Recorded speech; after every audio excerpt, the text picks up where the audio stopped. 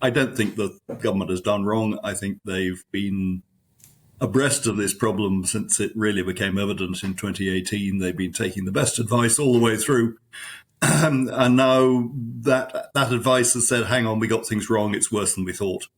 Right, so it's not that they're late on parade, it's the fact that the experts have changed their opinion as a result of, I think it's a beam that failed over the summer that was thought to be intact. Yeah, the experts had said there are ways of mitigating this, there are ways of living with it, and they've been proved wrong. And the government said, we're not risking our children on this, and I think that's right. Right, well, therefore... It's thoroughly inconvenient, it's a great mess, but it's far better than saying, oh, well, we'll wait till next summer when there's some time to deal with this. Yeah, therefore, however, it begs the question, what number above that 104 if the experts have got their calculations wrong? Because clearly we're being told a whole tranche of public buildings, apart from schools, hospitals and so on, from the mid-50s onwards was built with this material. Oh, this was the great miracle material. It was lighter, it was just as strong, it would last forever. What's gone wrong is that the optimism. You can't, with a new building material, know that it's going to last forever. What people didn't do was watch how it was evolving. And now we're looking at replacing all concrete with different materials because concrete generates so much carbon dioxide when you make it. Yeah, we've really got to watch the risks that go with that. However, there are those indicating that the warning began in 2018 in earnest because they were then told this material only has a 30-year shelf life. Has the government been negligent to that degree that they really should have been addressing this from 2018 onwards? I think they have been, but they've been taking advice that has turned out to be too optimistic. Right. I don't think you can expect the Department for Education to be building experts. They've been listening to others.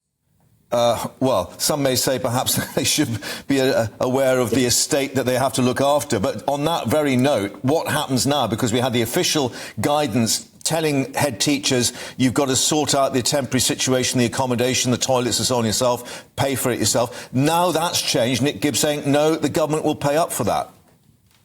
Yeah. When I read the documents behind this morning, the government was saying that quite clearly. That seems to me quite right. This is nothing to do with individual schools.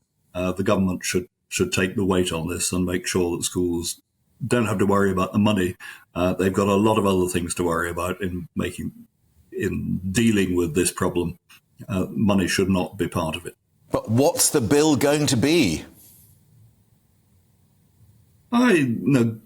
Given the nature of the material and 100 schools, you might guess at some several tens of millions of pounds.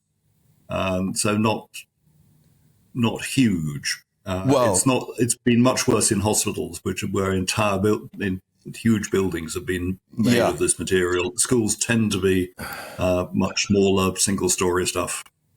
Yeah, and we are being told Northern Ireland now is being checked urgently. As I understand it, it may well be, I think, roof beams or some roof supports where the lightness of the material has indicated it's a good fit.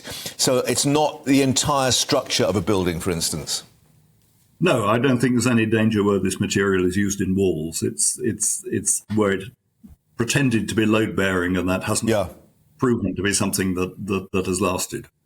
And England is way ahead of Wales in this. I mean, I don't think the Labour Party can grouse.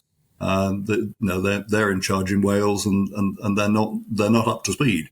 In terms of it being a devolved authority, of course. Yes. Yeah.